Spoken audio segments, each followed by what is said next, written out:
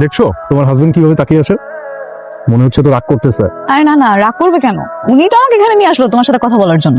পৃথিবীর সবচেয়ে অসহায় স্বামী, যে কিনা তার নিজের বউকে তার বয়ফ্রেন্ডের সাথে ডেটে নিয়ে আসে। হ্যাঁ মা, কোথায় তুই? আমি এই তো একটু বাইরে। বোমা কোথায়? আমার পাশেই আছে। ও ঠিক আছে, শোন বোমার দিকে খেয়াল রাখিস, ও যেন আবার বাইরে গিয়ে ওই ছেলের সাথে দেখা না করতে পারে। ঠিক আছে মা, তোমাকে একটা কথা বলি। জি বলুন। আমাদের ডিভোর্স হওয়ার আগ পর্যন্ত তুমি তোমার বয়ফ্রেন্ডের সাথে হাত ধরাধরি, খাইয়ে দেওয়া, এগুলো করো না। আর কিছুদিনের মধ্যেই তো আমাদের ডিভোর্সটা হয়ে যাবে। এই তো 2 দিন বা 3 দিন, এগুলো না করলে খুশি হব।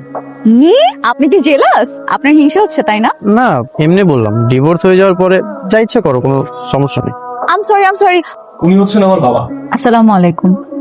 আসলে একটা অ্যাক্সিডেন্টের পর বাবা কিছু বলতেও পারে না, শুনতেও পারে। তুমি, আমি আর বাবা, আমাদের ছোট্ট একটা সংসার। কিন্তু তুমি তো বলেছিলে তোমাদের বাসায় নাকি কাজের বউ আছে, কোথায় উনি আজকে আসেনি? আসলে ওনাকে বিদায় দিয়ে দিচ্ছি। তুমি আসবে তো? তাই বিজয়, বাবা আমি এতদিন একা ছিলাম, ব্যাচেলর মানুষ আমরা। রান্না বান্না করার জন্য তো একজনকে দরকার হইতো। টাকাগুলো কই? কি এই ব্যাগের মধ্যে নাকি? টাকা?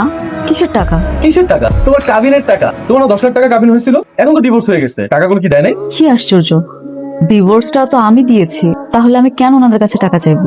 তাহলে তোমাকে এনে আমার কি লাভ? তুমি, তার মানে তুমি আমাকে টাকার জন্য বিয়ে করছো? তুমি আমাকে ভালোবাসো না নয়ন? আরে জ্বালা, ভালো তো বাস, কিন্তু টাকা, বুঝতেছো তুমি? টাকা।